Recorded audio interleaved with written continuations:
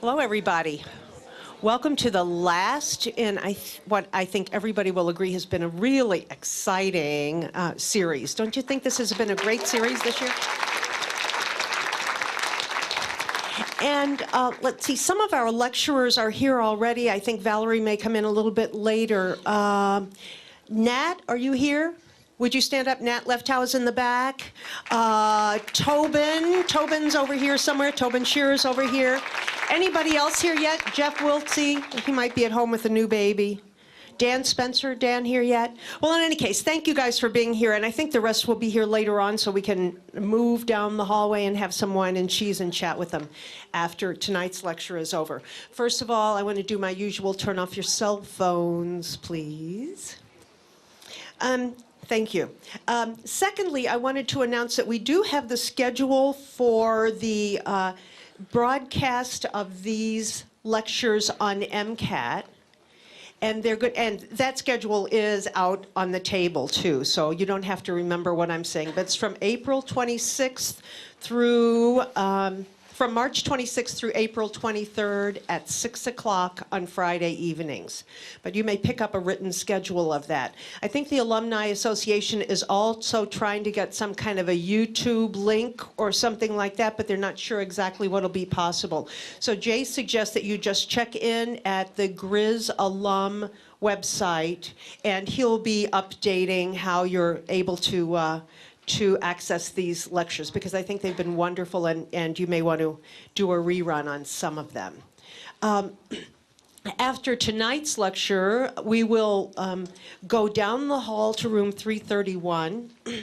And in room 331, we'll have some wine and cheese, and we'll have several of the lecturers with us. And we'll be able to continue to pump them for information unmercifully, and tell them how much we've appreciated their contribution, because I've just had a wonderful, wonderful time this year. Before we go any further, though, I want to introduce to you Sue Talbot. She's probably one of those people who needs no introduction. Oh, Dan, there you are. Yes. Okay. Sue Talbot, because she would like to come up and make an announcement about another really exciting series of opportunities for learning that we have here, and that's the Molly course. Sue? Thank you for letting me talk to you for a few minutes about the Montana Osher Lifelong Learning Institute. Now, I would have a feeling, I would bet that many of you here have taken Molly courses. How many? Oh my goodness, I am preaching to the choir. I'm also betting that you would be willing to do whatever you could, as long as it's legal, to keep Molly healthy. Well, there is something you can do, and it is, believe it or not, entirely legal. In a few weeks, if we reach a membership of 1,000 members, we will be eligible to apply for a second $1 million endowment from the Osher Foundation. The interest on this endowment will enable us to maintain the same level of funding that we had during the first 3 years of Osher startup grants. Now, there's no guarantee we'll get that second $1 million, but if we don't have 1,000 members, we can't even apply. So we will be in better shape if we get 1,000 members, and maybe a lot better shape. Somebody who becomes a member is in no, oh, I'm sorry, here's where you come in. If you are not yet a member, and if you are 50 years old, and we don't ask for a birth certificate at the door, please become a member. If you are already a member, we challenge each of you to recruit one new member, at least, to become a Molly member. If you do, as a recruiter, you will get $10 off on the cost of a class in the spring group of classes. You could even give that person a happy birthday present, a happy Easter present.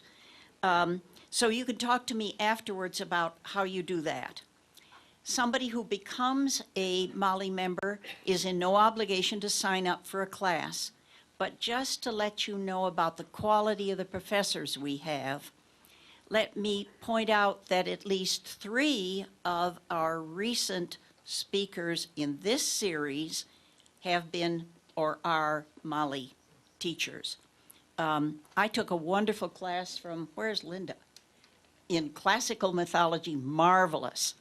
And you know how much we've enjoyed Dan Spencer a few weeks ago and Valerie Hedquist last week. Those are all Mali teachers, so you know you get the very best. If you have any questions, I'll be outside afterwards with registration, class lists, registration forms, and that sort of thing. So I hope I'll see a lot of you out there. Thank you.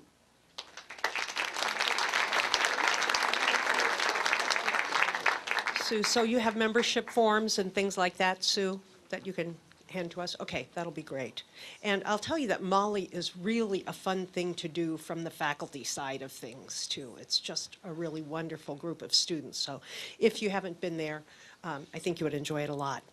Next, I want to introduce you someone whom some of you may already know. His name is Bill Johnson from the Alumni Association. He usually gives pep talks at the president's breakfast on Saturday mornings. That's when I usually see him. But in any case, I think you're not going to talk about football tonight, right?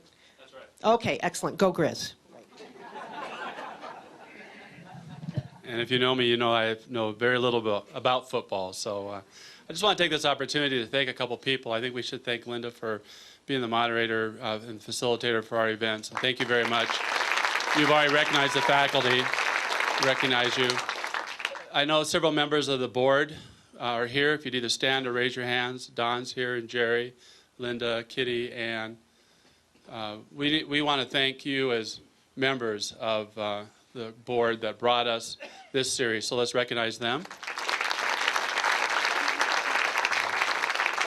And then Jay, I think everyone's had a chance to meet Jay. Jay, would you raise your hand? Jay is in our office, and he coordinates this program for us, and we appreciate all his fine work. In our tradition of welcoming new members to our office, he started just mere weeks before we started the lecture series, so he had a lot of work to do, and he's done a great job. We just want to say thank you. A number of years ago when Kitty and Ann came to our office and suggested that we do this lecture series, I was instantly convinced it was something we should do and could do, but I was worried about how we could get it done because it had to be done right.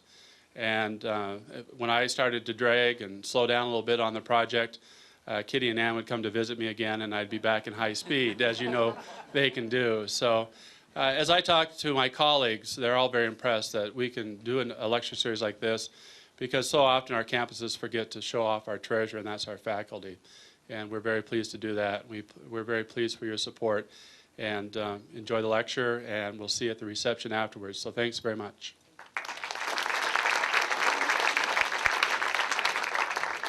All right, now for the main event. I have a chance to introduce to you someone tonight whom I myself have only met this evening. James Randall has been on this campus, I find, for 6 years. I don't know where he's been. I don't know where I've been, but that's another question altogether. James is teaching musicology and world music here at the university for us. His specialties include the early musical career of composer Jerome Kern, and an article on the gay chorus men of the 1910s. The 1910s are a big decade for us since last week, particularly. And it's exciting for me to be able to let you know that James will be teaching a semester abroad in the University of Montana Vienna program this summer. So that's one of those great study abroad opportunities that our students get to take advantage of, and it's one of the really special things about this university. James has his PhD in musicology from the University of Illinois at Urbana-Champaign, and he's going to talk to us tonight about the Riots of Spring. Yes, our editors did get that right, although we did check. But in any case, it's not the Rites of Spring, but the Riots of Spring. And I'm thinking that we Anglophiles might be a little bit vindicated tonight when we find out how those open-minded Parisians responded in 1913 to a rather shocking musical presentation after all of the trash that was talked about our Anglo-Saxon ancestors last week by Valerie. So with no further ado, James, come on up.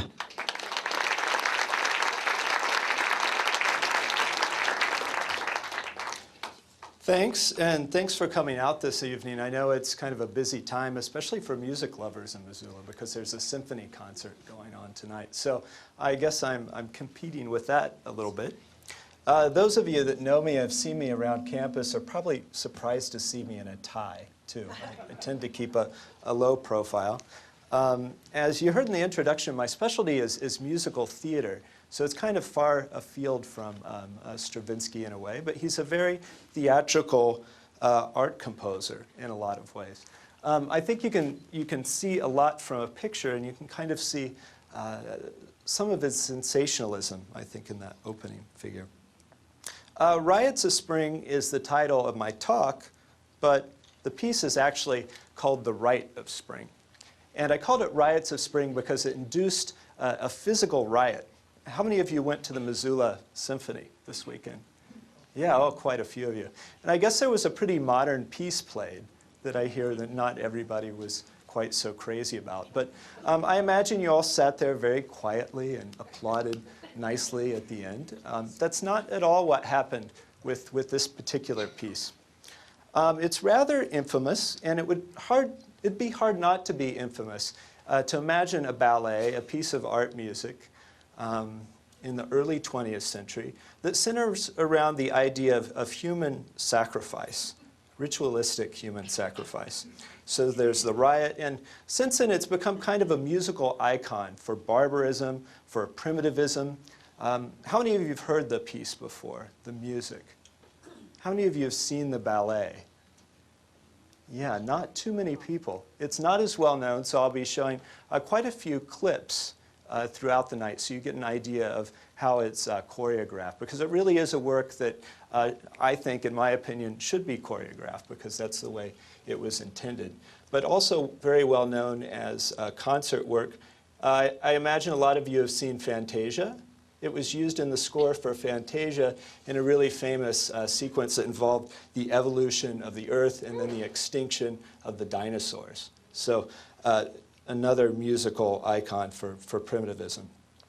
When I was invited to participate in the series by Jerry Fetz, I couldn't think of a work of music that moved me more, and that's because of a very personal experience. It involved a wreck in my first car.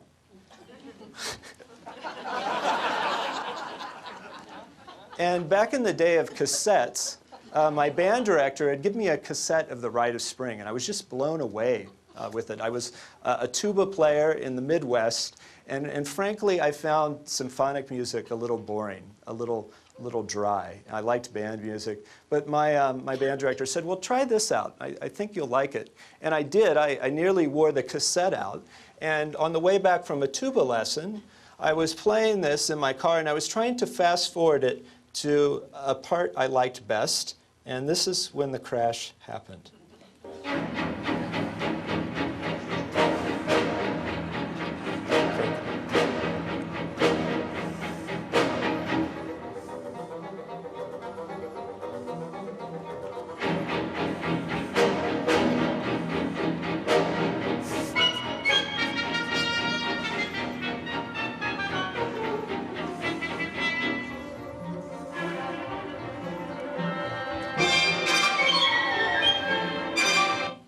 So it's really got everything you can imagine a young teenager might like in music. Lots of rhythm.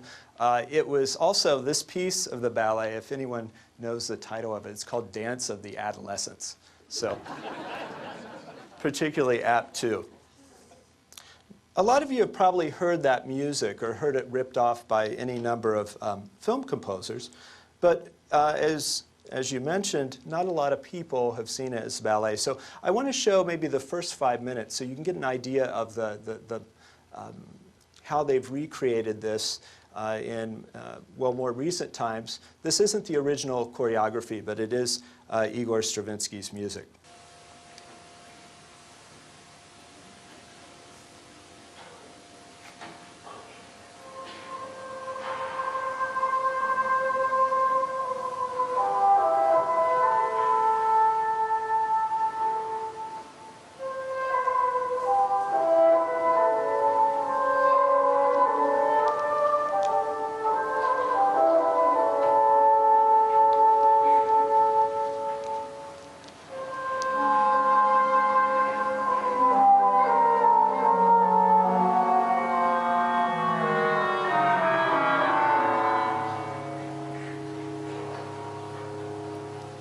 Wonder if you can darken the lights a little bit.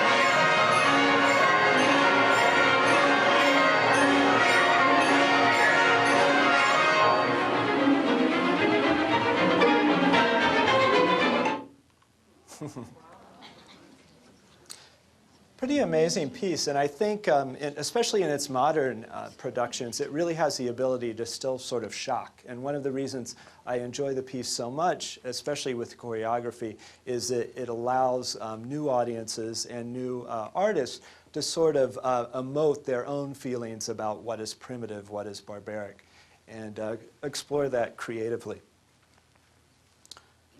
So Stravinsky's co-conspirators here.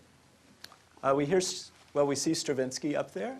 Next person is Diaghilev, Sergei Diaghilev, who was the impresario of the Ballet Russe, a really sort of sensational ballet made up of Russian dancers that was stationed mainly in France, and they premiered a lot of Stravinsky's ballets, his early Russian ballets. Then we have the dancer, Nijinsky. And then probably someone who's less known to everyone here, a scenic designer, also an artist, painter, philosopher, also an amateur ethnologist, Nicholas Roerich. First we'll look at Igor Stravinsky a little bit. The mugshot comes from much later, the Rite of Spring, but it sort of underscores, I think, his ability later in life to still draw attention, sort of acts as a lightning rod for all sorts of sensationalism. When he came to the United States and eventually became a U.S. citizen, one of the first things he did was to arrange the Star-Spangled Banner in a Stravinsky-like arrangement. And apparently there's a federal law against reharmonizing certain things. And so, in sort of like a publicity stunt, he was arrested for this. And you see Stravinsky's mugshot there. You see him at home with his impish grin. Pre-Spring, a little bit about his background. His childhood, he was raised mainly in St. Petersburg in kind of a cosmopolitan environment. A very sort of educated and artistic family. His father was actually an operatic bass with the Imperial Opera. The family also had an estate in Ustalag, a rural place, and it was the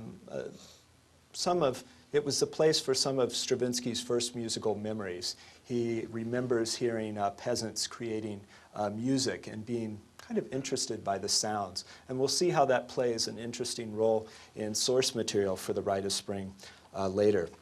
Initially, I should say something, this is kind of funny, a quote I found about his childhood. Kind of sad. I never came across anyone who had any real affection for me. So he always felt alienated from his family. And in another quote, he remembered his childhood as a period of waiting for the moment when I could send everyone and everything associated with it to hell. Who can identify with that at some point in their life? He studied law, and actually, like a lot of children of musicians, their parents don't want them to study music. They want them to go into something more lucrative. They wanted law for Stravinsky, but he didn't show up to class much.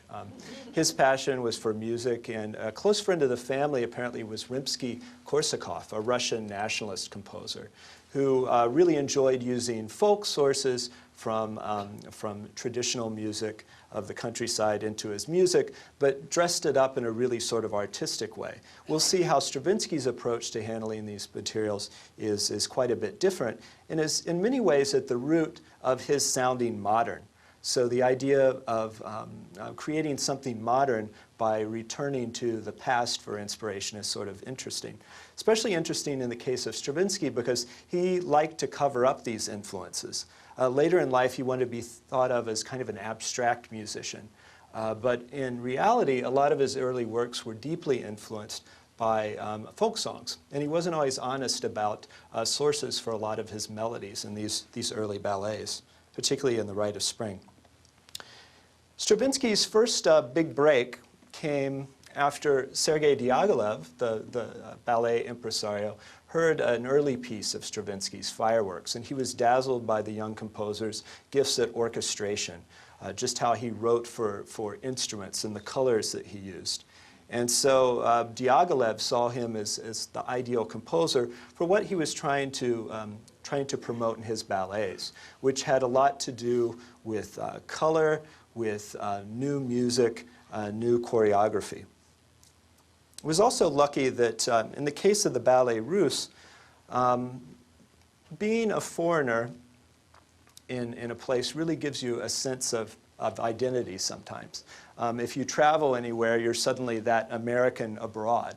And Russians in Paris had this experience of being, well, there was a fad for all things Russian in art, and the European view toward Russia was a place sort of half European, but also kind of exotic, maybe in some ways a little backward.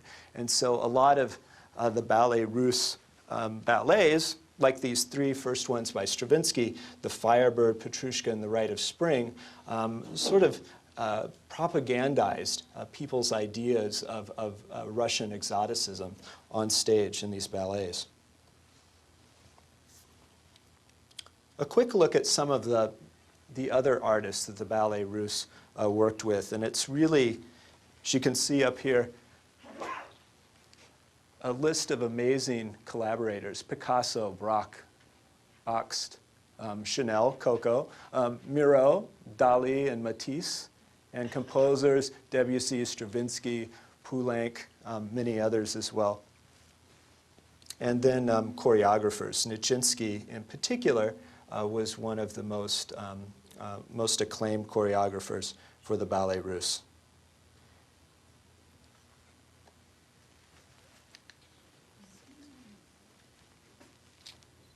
Does anybody know this piece?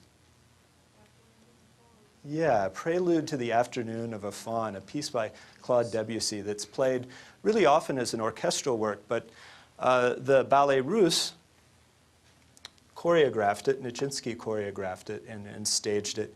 And it also explored some exotic themes, and people basically referred to it as a kind of pornography on the stage at the time. Because ballet, particularly the French tradition of ballet, was all about line and balance and elegance. And here was Nijinsky writhing around stage like a satyr, and people just felt it was borderline pornography. This is an illustration by the painter Leon Bakst, who did the scenic designs. And here is Stravinsky with Nijinsky as Petrushka, this Russian poet that was explored in one of his Russian ballets. The last collaborator that I'll talk just a little bit about, and then we'll get back to the Rite of Spring, is Nicholas Roerich. And when I first saw his photo, I said, well, you know, you would see folks like this hanging around Caras Park any time during the summer. He was kind of a counterculture figure at the time, and he was very fascinated by the Russian past. He was a painter. Here's a sketch for one of the original scenes for the Rite of Spring. And he came up with the idea of a young girl in ancient pagan Russia who dances herself to death in sacrifice, a sort of sacrifice for the community to renew spring, basically. Never mind the fact that there's no really recorded history of human sacrifice in Russia, but it makes a great sort of sensational topic.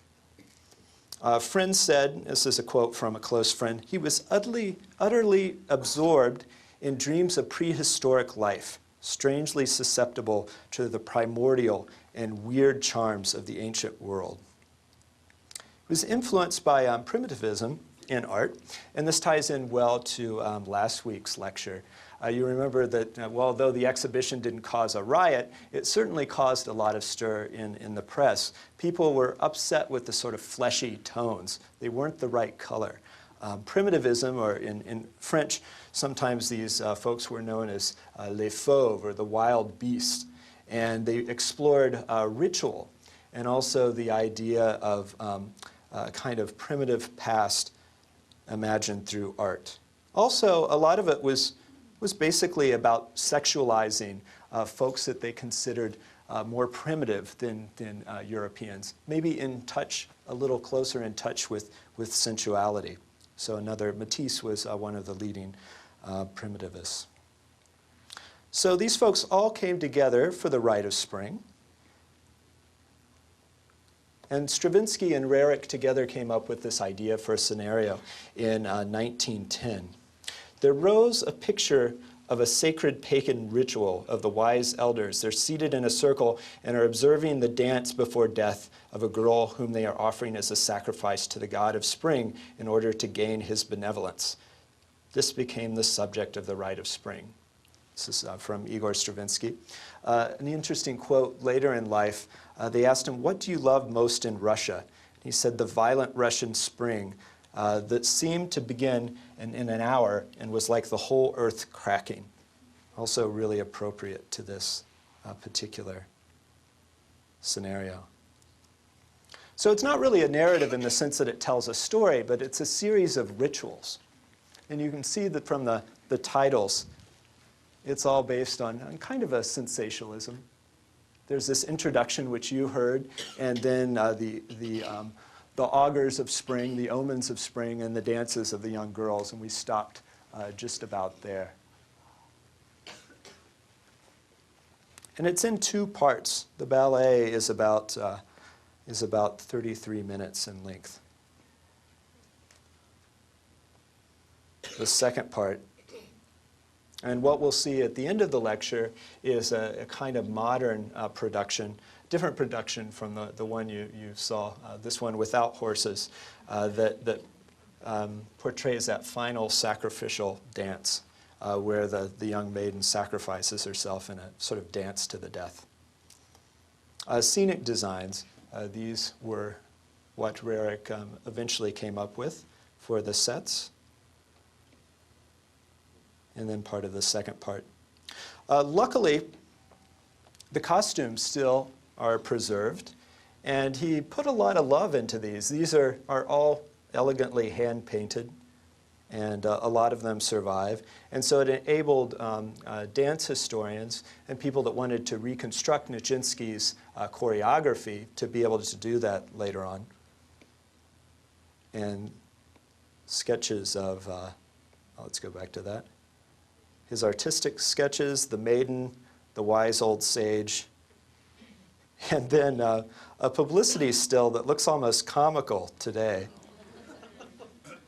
But it gives you an idea, too, of the angular nature of Nijinsky's choreography.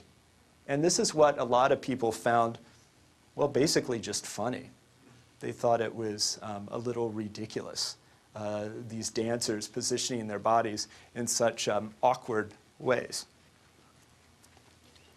So now we'll look at the premiere.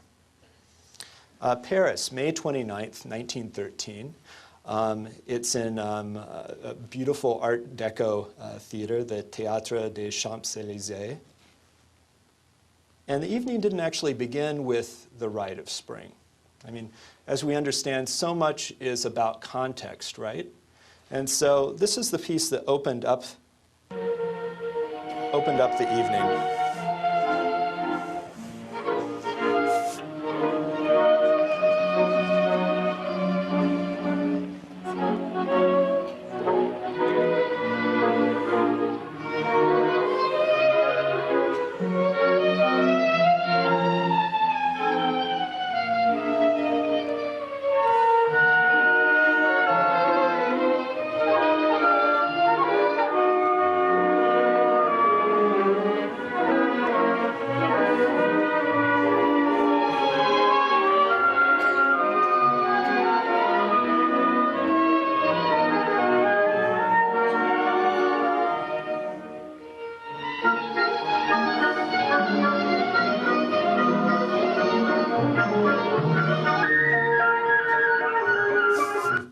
So very classical in tone. The music, a lot of it was orchestrated numbers by Chopin. Actually, Stravinsky had done orchestrations for this, so you could see he could sound traditional when he wanted to. And following this was the Rite of Spring with Nijinsky's radical new choreography. Unfortunately, there have been a couple of recreations of the original choreography, so we'll get a chance to see that now.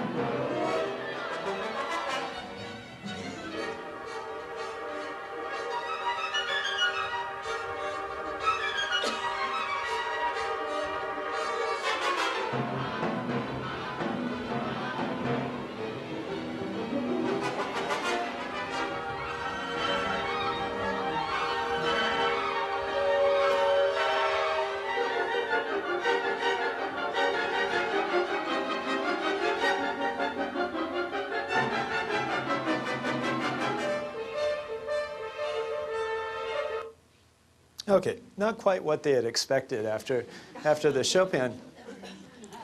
And also this performance, we're probably seen in a much more smooth and well-executed way than it would have been done at the time.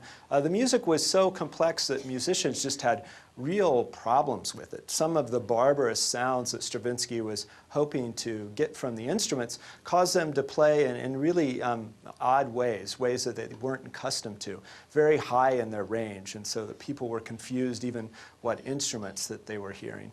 When people started booing, there were whistles, catcalls, mostly in relation to the dance rather than the music. That people were, the dancers couldn't hear the music. There's a story that Stravinsky got up from his seat, went backstage, and had to help shout out numbers to the dancers because they couldn't hear the orchestra players in the pit. I guess this gets complicated because I don't speak Russian, but after number 10, things get polysyllabic, so it's hard to get those in quickly. Luckily, we have a few eyewitnesses, famous ones at that. The composer Camille Saint-Saëns was in the audience. Carl van Vechten, an American writer, and Gertrude Stein, who I'm sure a lot of you know. From Carl van Vechten, here's his remembrance of that night.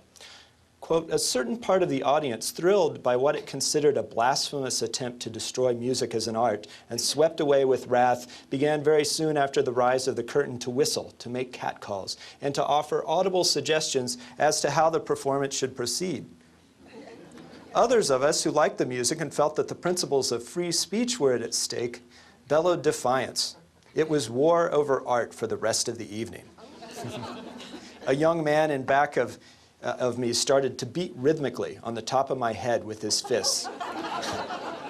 My emotion was so great that I did not feel the blows for some time. They were perfectly synchronized with the beat of the music. And then Gertrude Stein remembers a fight breaking out next to her, a man flourishing a cane. And she said, in, quote, "a violent altercation with an enthusiast in the box next to him. His cane came down and smashed the opera hat the other had just put on. It was all incredibly fierce."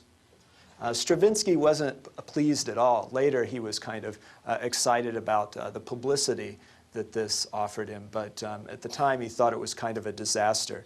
Reportedly, they asked Diaghilev afterward what he thought of it, and he said, "Just as I wanted it."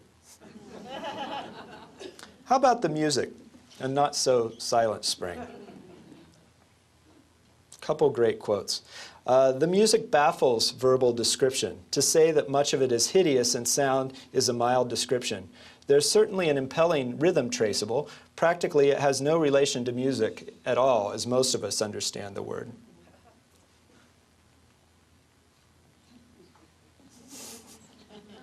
"It is a treasure chest in which Stravinsky has lovingly collected all sorts of musical filth and refuse."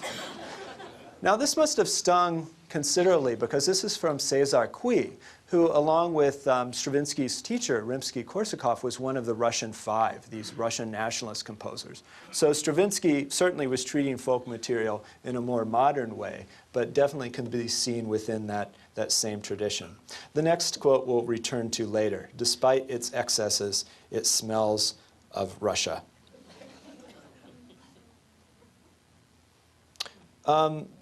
Something else we'll explore later on is just the idea of how people were hearing a lot of this with different ears. Keep in mind that up to this point, music was largely felt to be something beautiful. Even last week we learned from Valerie in the lecture about the post-impressionists that people were really put off by these paintings, which weren't representational. And this music, too, was very different in context. There are people who like such torture, since for them music that does not burst a drumhead is too weak and they are unaffected by it. But such people need to be cured. Stravinsky's music evokes in us an unpleasant pressure in the ear, which goes all the way to the point of revulsion. This revulsion, as explained above, is not an aesthetic revulsion, but a painful sensation of the most actual sort, evoked by the use of physical force on our sense of hearing. But one positive quote to kind of balance this off, and it's really sort of telling. Jacques Rivière, one of the great champions of Stravinsky, and the style that he would go to next, which was radically different than this primitivism. It was a style called neoclassicism, in which he returned to a very kind of tonal language.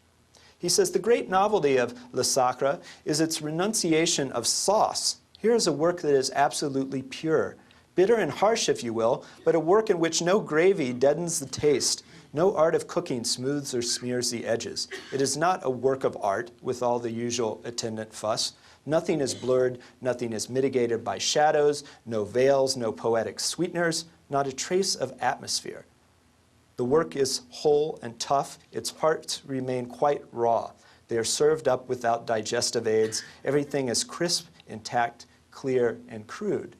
So it's the exact opposite of romantic music, where everything is sort of lush and decorated and subjectively beautiful. This is something that was meant to be objectively horrifying, something that was to represent in music something that was ugly. And this wasn't something that a lot of composers had explored before. Painting The Scream by Edvard Munch. So what was really so shocking about the music? Did they hear it with different ears? It's interesting that just 2 months before the Rite premiered, there was a composer, Arnold Schoenberg, a German composer, and he premiered a chamber symphony which was very dissonant. It used not the traditional rules of harmonic language, of tonality, and really, in some ways, more dissonant than the Rite of Spring.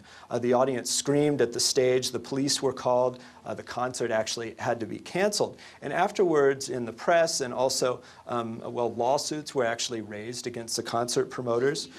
Doctors declared on behalf of traumatized listeners that Schoenberg's atonality caused emotional and psychic distress. And there were all sorts of headlines about these lawsuits and the fisticuffs that came up after the concert. So let's look just briefly about some of the more shocking aspects of the music and how they were hearing these with different ears. Part of it was the shock of context that we've talked about before. Hearing this in relation to the Chopin is so incredibly different. There's also the dissonance and the volume of it, and the fact that it doesn't sort of relent. New sounds, beautiful instruments played in ugly ways. And it's a little like, musicians spend their whole lives trying to sound really beautiful. But composers, especially 20th century composers, don't always want a beautiful sound. And sometimes it's really difficult to coax out of classically trained musicians the idea to sound ugly. Stravinsky actually wrote this into many of the parts. So there, at the beginning of the Rite of Spring, there's a bassoon line. Let me play it for you.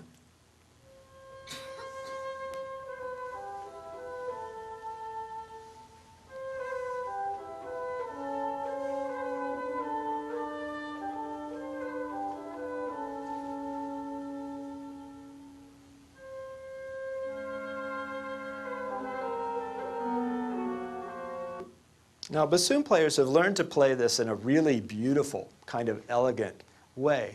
But he wrote it in a range that was really close to impossible for players at the time. He was really striving, I think, for more of a sort of primitive kind of folk-like instrumental sound, and wanted people to hear the stress in the sound of the instrument. Camille Saint-Saëns, the classical composer who was actually at the riot, there's a famous story about him nudging the person next to him when he heard this. And keep in mind that the orchestra was kind of hidden from the audience, so they couldn't see really very well which instruments were playing. So he nudged his friend and he said, what instrument is that? And he said, it's a bassoon. And he says, if that's a bassoon, I'm a baboon. And sort of on from there.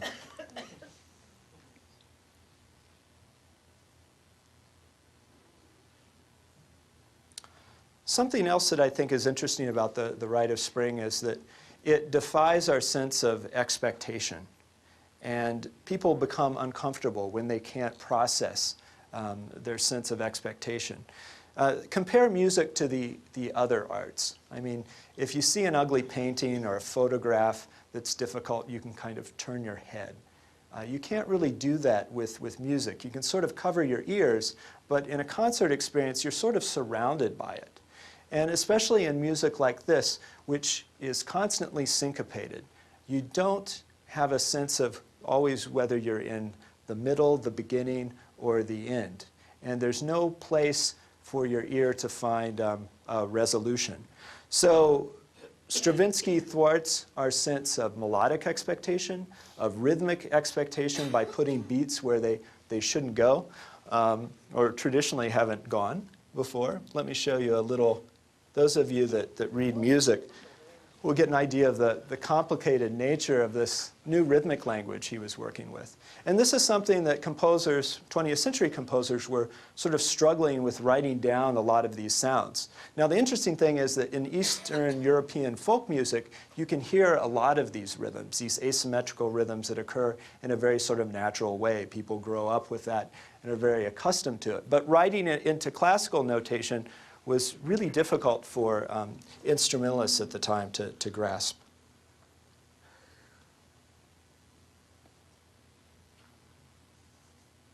Also, the fact that the music relied so much on rhythm was a problem. How many of you listen to a lot of hip-hop in here? Yeah, probably not a lot. There seems to be always this generational difference of people hearing new music and saying, well, that isn't music at all. In the case of hip-hop, it can be really rhythmically complex, but not a lot of melody as we would traditionally hear it. So some of that going on as well. One final thing that I want to explore a little bit is how this kind of abstract modernism was rooted in the past, particularly in Russia's musical past. And I want to return to this quote, "Smells like Russia," plagiarizing the folk. Now I'm using plagiarizing sort of tongue-in-cheek because, of course, a lot of composers rely on folk materials and are not embarrassed at all about it. Stravinsky, though, was a little secretive about influences from folk music because he didn't want to be associated really with this older tradition of the Russian Five. After all, I mean, people like César Cui basically dissed his Rite of Spring and how he was exploring this idea of folk music. So why should he pay them any particular mind? So he had originally said that there wasn't a single, well, aside from that opening bassoon solo, there wasn't a single folk song in the whole piece that he used.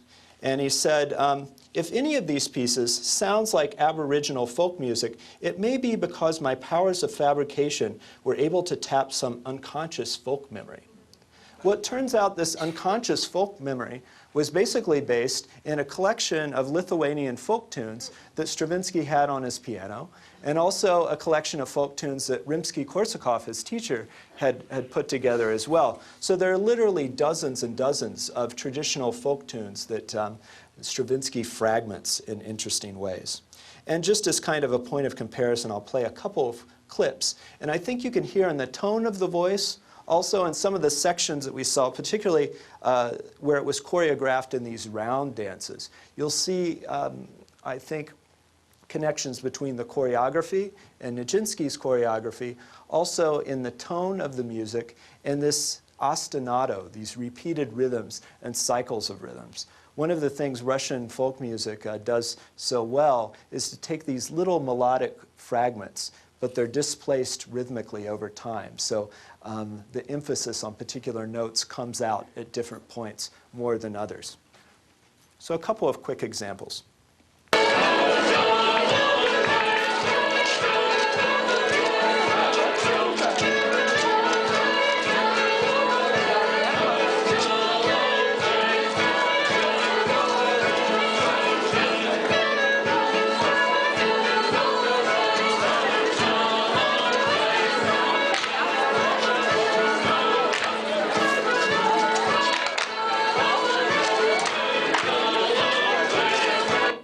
And Nijinsky's choreography also works in that kind of kaleidoscope of circles intertwining with one another. An example of the polyphony, two voices singing together, is really interesting in terms of its harmony in this part of the world.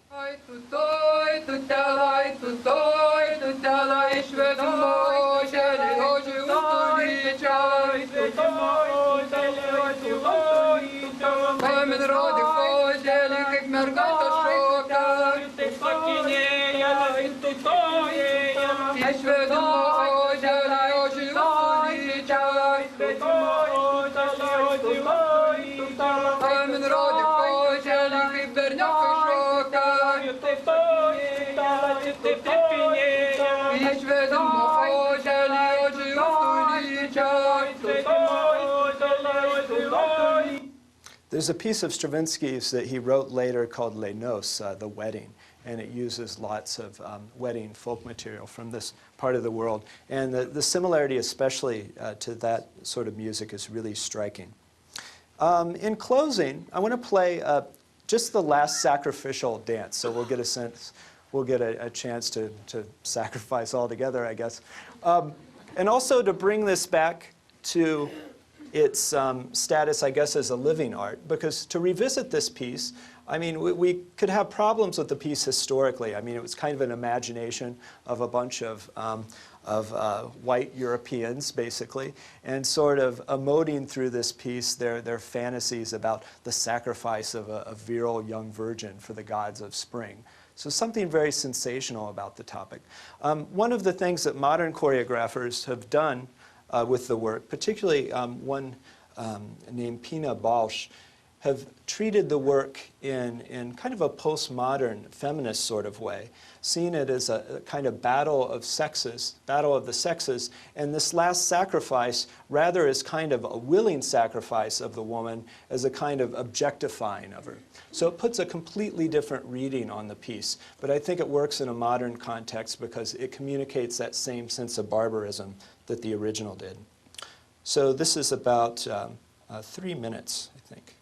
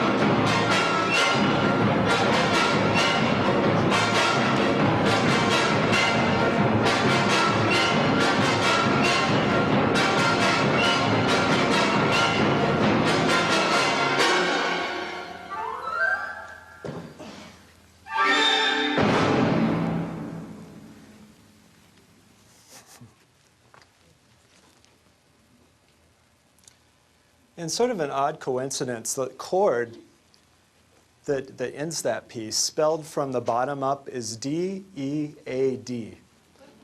Dead. Of course, Stravinsky's English wasn't that good at this particular time, so just a coincidence. But a really kind of horrifying recreation of the spring, very different from the original, but I think really keeps it renewed in its relevancy to current society. Thanks for letting me talk about the piece. Enjoyed it.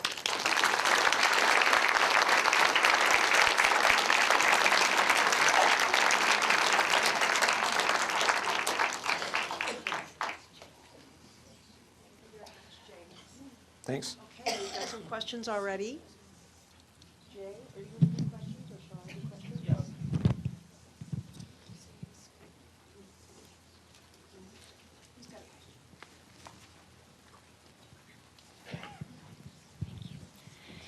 I was just curious how this piece was first received that you just played for us, and how long ago was it initially choreographed?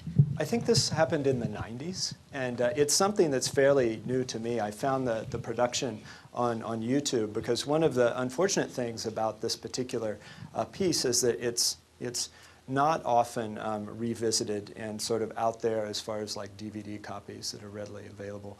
So can't answer the question for sure. The choreographer, Nina Bausch, is now dead. She died just a few years ago. And I'm not sure how it was received either, so I can't tell you.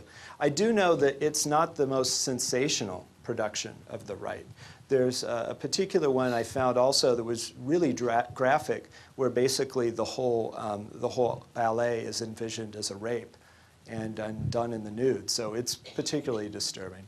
This was the PG-13 version. More questions?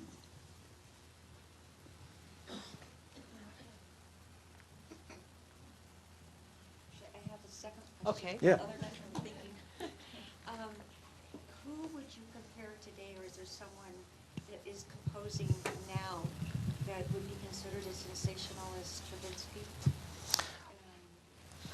I think it's really hard to shock us today. I think those folks are no longer in the world of art music. They're taking the stage in sort of concert arenas or doing, different, I think in the realm of pop music, heavy metal or punk, maybe you get that sort of thing. Not so much in classical music, although certainly in productions of opera, even older operas, they're often done in sort of sensational ways. So in staging, I think there's still that ability to shock. I'm not sure if I can think of any good recent examples where the music has actually caused such a visceral impression, because I think people are so used to being assaulted with noise at high decibels. I mean, going back to this stage in the 19-teens, keep in mind that, well, there was industrialism, to be sure, but not on the level that we hear it today. And so just the orchestra, as far as an instrument of noise, could be much more effective at that time than it can now. I think now we've given the shock over to electronic instruments at high decibels. Well, Jay's getting back there. May I ask a question? Yeah. What possessed Stravinsky and Schoenberg and those guys to Yeah. start composing like this? I mean, they learned the same music theory as Bach and Beethoven and all of that kind of thing, right? Yeah. So, I mean, what caused them to decide they wanted to shock us? And Well, in the case of Schoenberg, he was the other composer I talked a little bit and caused a riot at some of his performances. He saw himself actually as not a revolutionary at all. In fact, he saw himself as the next logical progression in the sort of line of Western classical music. So he saw his idea of atonality, where you get basically rid of the idea of the diatonic scale. So if I sing something like do, re, mi, fa, sol, la, ti, yeah, you all know what comes next. What Schoenberg did was to take the chromatic notes of the scale. If you're looking at the piano, all the white and black notes, so slithering up by half steps. And he thought, what if that was my scale? Or I'll make a series out of all 12 of those tones, but before I can return to the same tone again, I need to use all of those 12 tones in a row, but in an unusual sequence. At the point when he was writing this music, people hadn't yet developed the listening skills, and many people still haven't, to hear patterns of that kind of complexity. So it sounds like randomness and chaos. But as far as he was concerned, he wasn't trying to be revolutionary. I think for Stravinsky, it was very much related to a sense of topic. So he thought that his musical language was perfect for what he and Nicholas Roerich called their Stone Age ballet. He wanted to communicate a sense of violence through the music, and he certainly accomplished that. Did the negative public reaction to the Rite of Spring carry over into some of his other works, or did people forget pretty quickly and accept the rest? People were really stratified and sort of regarding Stravinsky's music. He had his devotees, the people that loved it, and then people that hated it. There's an interesting story about F. Scott Fitzgerald and his wife, who used to have dinner parties, and as sort of a trick they would play on people, they would give them the choice, well, after dinner, we're either going to look at wartime photos of the dead, or I'll put on a recording of the Rite of Spring. They were considered roughly equivalent. So there were people that basically wouldn't listen to his music at all and anything associated with him. But he went in a very different direction after this. Music that sounds very classical. And in fact, he even rearranged music of past composers, only occasionally adding a little bit of dissonance. So there's kind of something there for everyone. But as far as reception of Stravinsky, people then accused him, as they accused of Picasso of doing, of being just too faddish, of not having a sort of consistent artistic style throughout his life, because he changed his style, sort of a musical chameleon, really about 3 times in his life.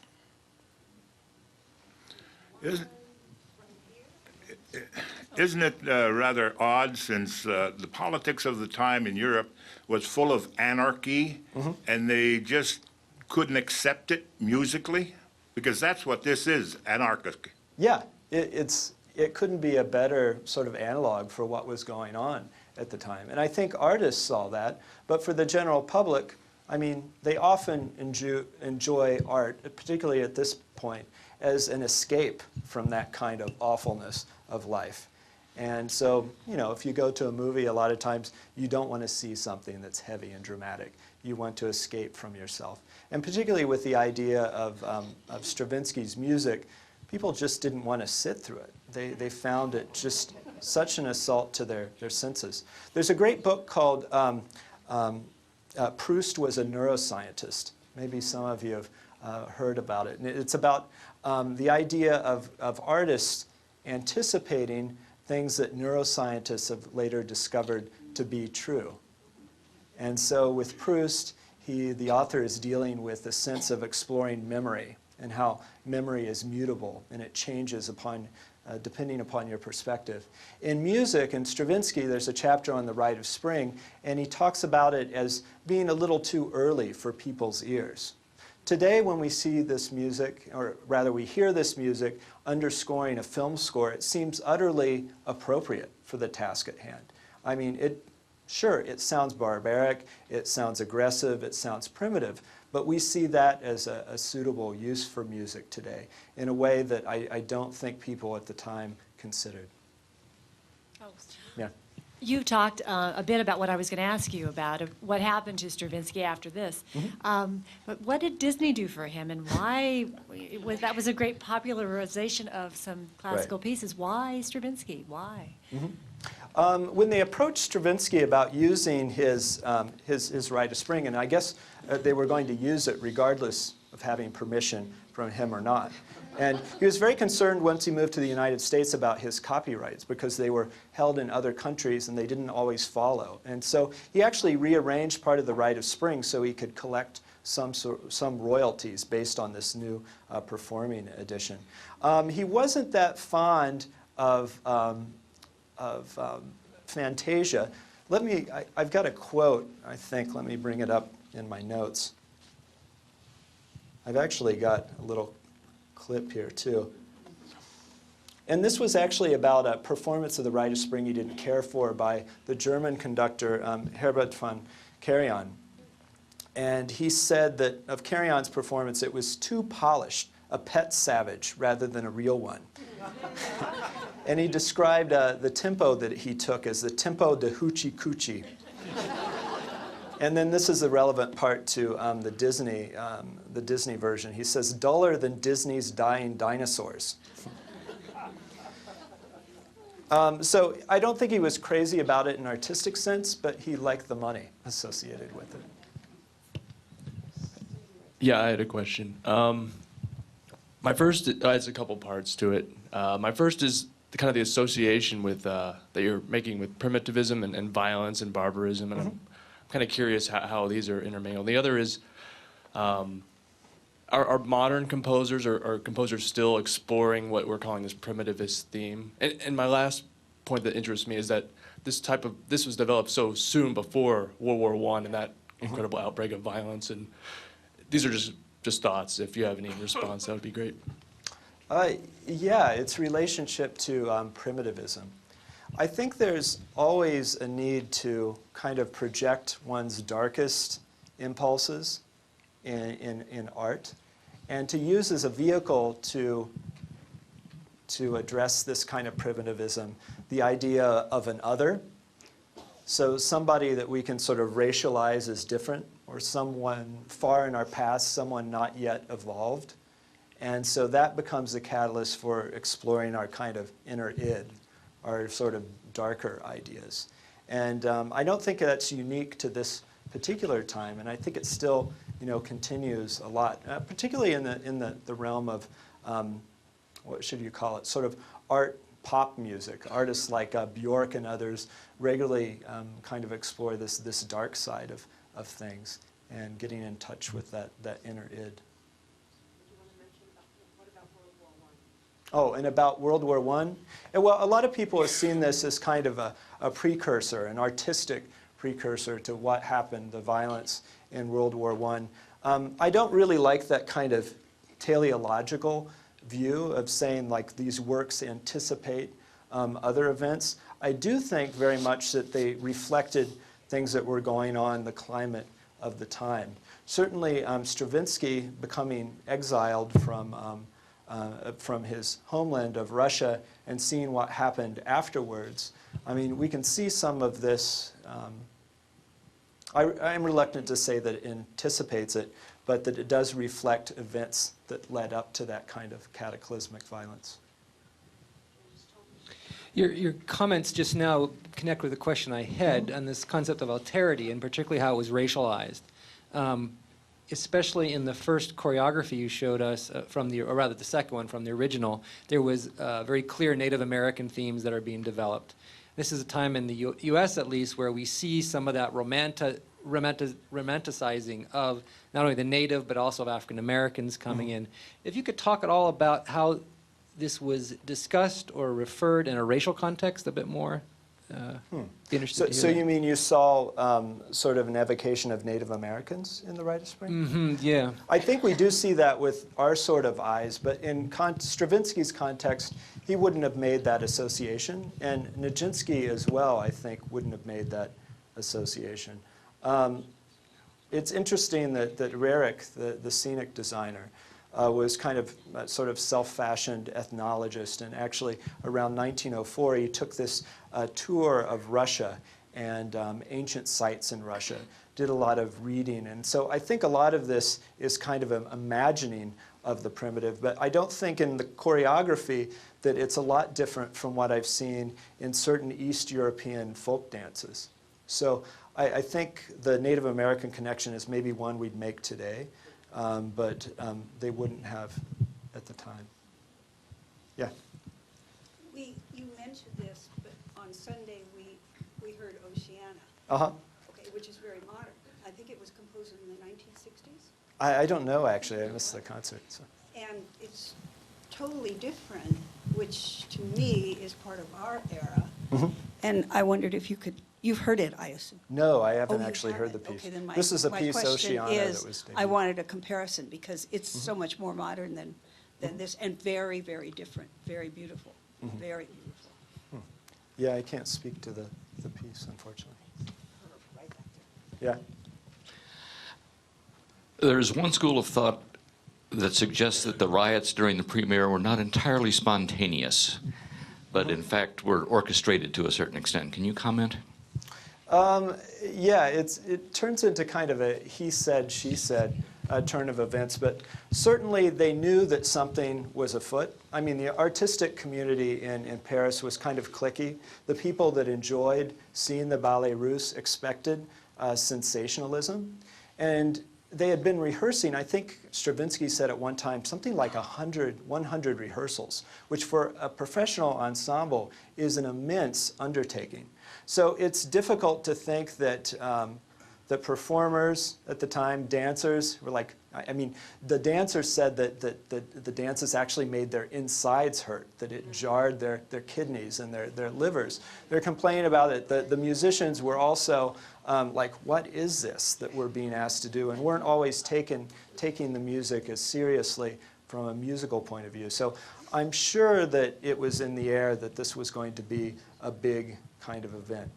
There are a couple of, I hesitate to talk about them because I haven't seen them yet, but there are a couple of documentaries. One I have up here for, it's not up here, but for further viewing. There's a documentary called Riots at the Right, and it's a little melodramatic in its depiction, and it relies on a lot of anecdotal information. But if you want to see a good dramatization of what goes on leading up to the riot and then the riot itself, probably a good source.